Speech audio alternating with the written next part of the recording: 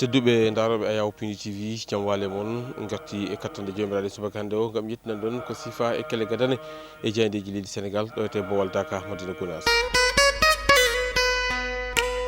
aljuma nogas e nayyi lewru avril hitande ujunnaji ɗiɗi e nogas e jeegom ene hawri e ñalawma jeetaɓijo ɗo ete Bowal Dakar Madina Gounass. bandiraɓe musidɓe tedduɓe bisimilla moɗon e roɓido jaydiyeji meɗen eɗen puɗɗoro e jayde Walf Quotidien kam musidɓe jaydiyankoɓe ɓe garti ko yuti alhaali jillu hoorejo leydi ndi Bassirou Diomaye Diakhar Faye tawatede ɗo ete e nder diwan mo Kolda kanko noon mawɗo leydi ndi warti ɓe garti noon ko yuti alhaali ɗum ɗon jillu e fandare makko koliti noon kay wonande fandare makko kanko mawɗo leydi ndi Bassirou Diomaye Diakhar Faye ko yiide ƴellidde on ɗon secteur coton woni tan ko yuti alhaali wiro ngo ɗo te nder leydi Sénégal ɗum ene tawe e jande kadi arti ko yuti alhaali FMI ɗum ne kadi ene tawe e jande ƴeewoyen jande Vox Populi ko musidɓe janiyankoɓe ɓe garti ko e on ɗon ngunɗon jillu hoorejo leydi ndi jillu économique woni tan ngunɗon jillu faggudu ganduɗa kay mawɗo leydi ndi Bassirou Diomaye Diakhar Faye ne waɗa ɗum ɗo ete nder diwan mo Kolda ɓe kollitino wonde kay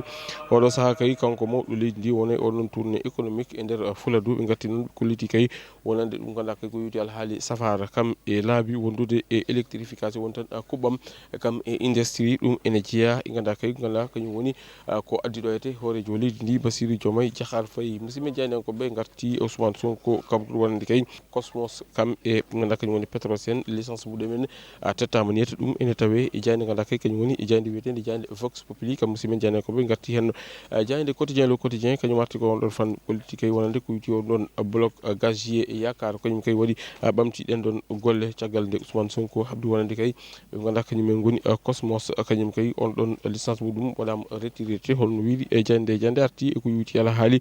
jillu faggudu hoorejo leydi ndi. jande quotidien le quotidien kam musidɓe janiyankoɓe noon ɓe garti e ko yuti alhaali e ndelam kuɓɓam kono noon ɓe gartini kadi e ko yuti alhaali gunɗon jillu faggudu ganduɗa hoorejo leydi ndi Bassirou Diomaye Diakhar Faye ne waɗa ɗum ɗo ete nder diwan mo Fuladu ɓe gatti noon e ko yuti alhaali ɗen ɗon eɓɓoje ganduɗa mawɗo leydi ndi Bassirou Diomaye Diakhar Faye omo anni ɗum yuɓɓinde ɗo ete e nder diwan mo Fuladu. jayde koɗɗi quotidien ko hen arti ɓe kolliti kay wonande e gunɗon jillu faggudu ne wayno kanko mawɗo leydi ndi holliti kay wonande mo dusodir e ɓe ganduɗa kañumen goni dilloɓe ko yuti alhaali coton woni tan wiro ngo ɗo ete nder leydi ndi holno wiiri jande mawɓe accompagné e jayde nde ɓuuri hen yaññade e jayde nde ganduɗa kañum woni jayde wiyetede jayde point acti ko hen arti ɓe mbitande ko infrastructure sanitaire ko ɗum kay woni priorité mawɗo leydi ndi ɗo ete nder diwan mo Fuladu ko caggal gunɗon jillu faggudu ganduɗa kay omo woni ɗum ɗo ete e yuɓɓinde holno wiiri e jayde nde ɓe gatti noon eko yuti alhaali ɗin ɗon on ɗon pôle mo ganduɗa kay kañum woni maire d' enfant mo ganduɗa ina anniya darnede ɗo ete nder diwan mo Fuladu mo noon ma ɗum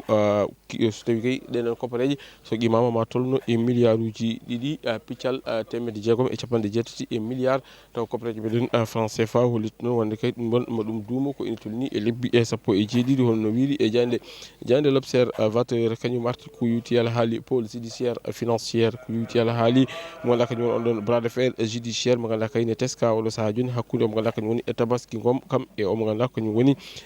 kañum woni Moustapha Diop holno wiiri e jayde nde ƴeewoyen e jayde direct news kam musidɓe janiyankoɓe noon ɓe garti koye nguɗon jillu mawɗo leydi ndi Bassirou Diomaye Diakhar Faye mo ganduɗa kay ene waɗa ɗum ɗo ete nder diwan mo Fuladu kamɓe noon ɓe kolliti ke wonande kanko mawɗo leydi o yettima ɗo ete nder diwan mo Fuladu e ñalawma hanki o ɓe garti noon e ko yuti alhaali on ɗon enjeu wonande kay gunɗon jillu ganduɗa mawɗo leydi ndi ne waɗa ɗum ɗo ete nder diwan mo Fuladu. bandiraɓe musidɓe tedduɓe heeɗiɓe heeɗiɓe daroɓe Ayaw Pini TV ko ɗum woni komin kelmanoɗo laade ko sifa e kele gadane yoga e jayndeji leydi Sénégal adi meɗen roɓide jayndeji ko janggo wonata ko weeli gana ɗo e nden mi wiyon jokkere ɗoftade kaɓe rewidade programme uji Pini TV Allah jarama on jarama.